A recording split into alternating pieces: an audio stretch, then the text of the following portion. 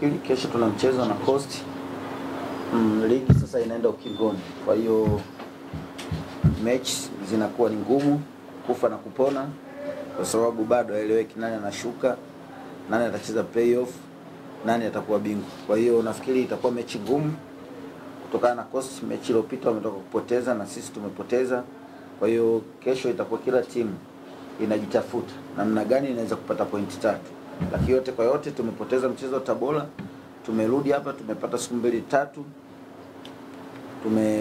Tumeangalia wapi tulikosea. Kwa hiyo nafikiri tumefanyia kidogo masahihisho sehemu ambazo tulikosea, na sasa hivi tuko kwa ajili ya tayari kwa ajili ya mchezo wa kesho.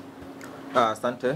Kwa niaba ya wachezaji wenzangu tumejiandaa vizuri kama alivyoongea mwalimu mwanzo kwamba tulipoteza mchezo uliopita, la sisi kama wachezaji pamoja na walimu tumekaa pamoja tukaona mchezo uliopita ni umeshapita, kama ni store tumejipanga na mchezo ambao unakuja wa Coastal Union. Kiufupi inakuwa ni mchezo mgumu kutokana na position ambao sisi hapa tupo na wao Coastal Union wapo, kwa kila mtu anahitaji matokeo. Kikubwa sisi tumejiandaa zaidi kwa kabili Coast kesho na tuna imani tutapata ushindi.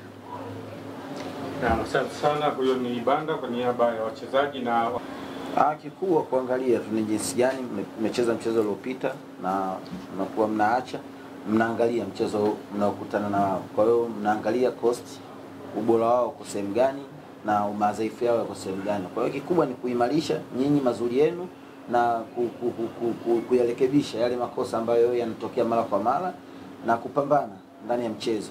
Hii sio michezo, ni michezo ambayo ya kupambana kufa na kupona, kwa sababu hasa timu zinapokuja ugenini inakuwa sio mchezo rahisi. Kwa hiyo watapambana ili waweze kupata pointi 3. Kwa hiyo yote kwa yote na sisi tunajipanga ili tuweze kupata pointi, tuweze kusogea juu zaidi. Kwanza nawashukuru wana Dodoma, mashabiki wa Dodoma Jiji. Tuna matokeo mazuri nyumbani, kwa hiyo kesho nafikiri waje kwa wingi. Wao wakija kwa wingi ndio ina maana wao wanachangia ushindi zaidi, kwa sababu wanakuja wanasupport wachezaji. Kwa hiyo nawaomba kesho waje kwa wingi, waje wawape nguvu wachezaji tuweze kupata pointi 3. Pili, tumecheza Tabora kule, nafikiri tulimpumzisha Ajibu mapema, ilikuwa sabu tu ya kawaida kutokana na hali ya hewa ilivyokuwa na siku haikuwa yeye kwenye mchezo. Kwa hiyo ndio ilikuwa sabu ya kawaida tu kama sabu zingine zinazofanywa. Asante sana mwalimu. Maswali kama yapo kwa Abdi Banda?